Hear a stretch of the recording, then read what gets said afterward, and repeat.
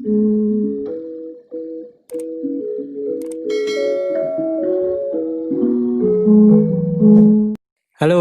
Assalamualaikum warahmatullahi wabarakatuh. Kembali lagi dengan saya, Ananto Sabdoaji di channel Sabda Ningrum. Oke, teman-teman, kali ini kita akan ngobrol bareng membahas tentang 3 hal yang harus diketahui oleh seorang pengendang. Perlu diketahui, di dalam karawitan, kendang merupakan instrumen yang sangat vital karena fungsinya adalah pamurba irama. Dapat dikatakan kendang memiliki peran sangat penting, yaitu untuk mengendalikan irama dan jalan sajian sebuah gending. Itu teman-teman. Oke, langsung saja simak video ini sampai akhir ya teman. Yang pertama yaitu tuning system atau stem kendang. Coro Jawane nyetel kendang. Seorang pengendang harus dapat nyetel kendang dengan benar dan baik, karena banyak sekali pengendang-pengendang di luar sana masih belum paham nyetel kendang, waton cilik, waton kemelinting.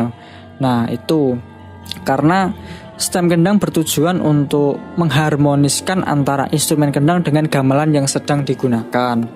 Oke.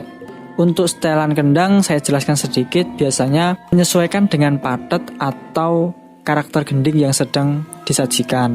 Dalam contoh, ketika gending pelok 6 atau silindro 6, kalau ciblon disetel tungnya setel 6. Kemudian kalau silindro songo atau silindro menyuro atau gending yang berwatak pernes, biasanya di setel G silindro, tungnya di setel G.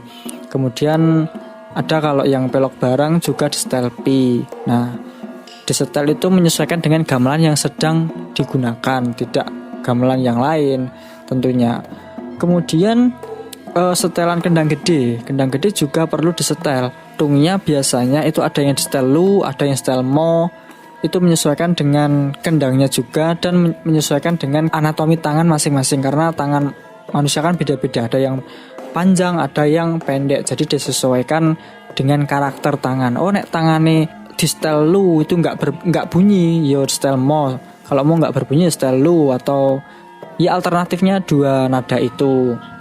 Kemudian penundung. Penundung itu juga larasannya lu, disetel lu tungnya. Untuk danya, semisal ciblon atau kendang gede tadi, itu menyesuaikan harmonis dari setelan tung. Semisal 6 ya harmonisnya seberapa, itu dikira-kira. Jangan terlalu jauh dan jangan terlalu dekat.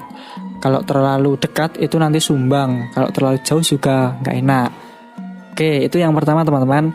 Kemudian yang kedua yaitu garap.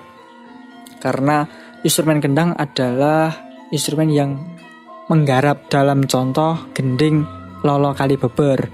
Nah, lolo kali beber itu garapnya seperti apa? Misal, oh ini harus kose alus, harus udar wilet. Nah, itu pengendang harus tahu.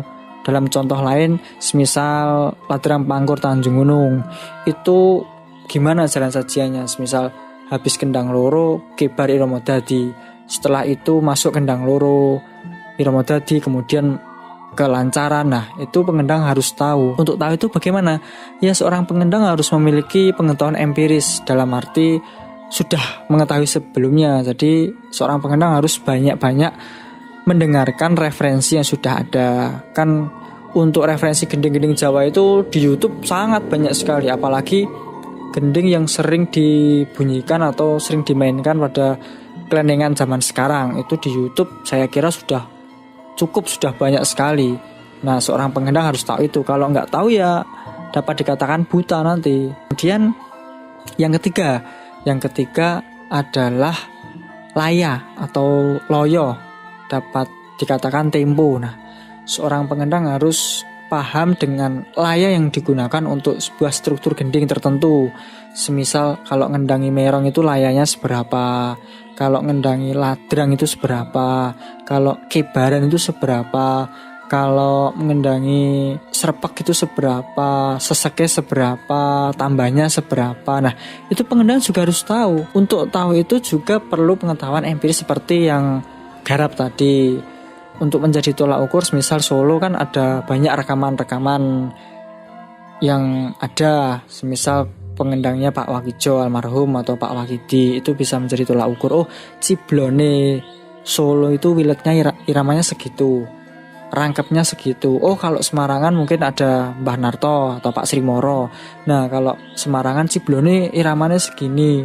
Kemudian kalau kibarnya Semarangan tuh segini, kibarnya Solo tuh segini. Nah pengendang harus tahu itu. Ini tadi semuanya yang ketiga-tiganya terlepas dari sebuah teknik dan hafalan ya teman-teman. Jadi saya anggap teknik dan hafalan sudah bisa, karena kalau hafalan kendangan itu mungkin kita masih dapat membaca. Oh, ketika ngendangi merong masih ada ngepek lah, istilahnya ngepek masih bisa. Tapi kalau tentang garapnya bagaimana, jalan sajiannya bagaimana, terus layarnya seberapa, kita kan nggak bisa ngepek, nggak bisa mencontoh, nggak bisa nirun lah, nggak bisa untuk tolak ukurnya bagaimana. Lah itu tadi kita harus sering-sering mendengarkan.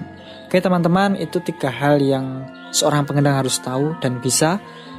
Semoga bermanfaat.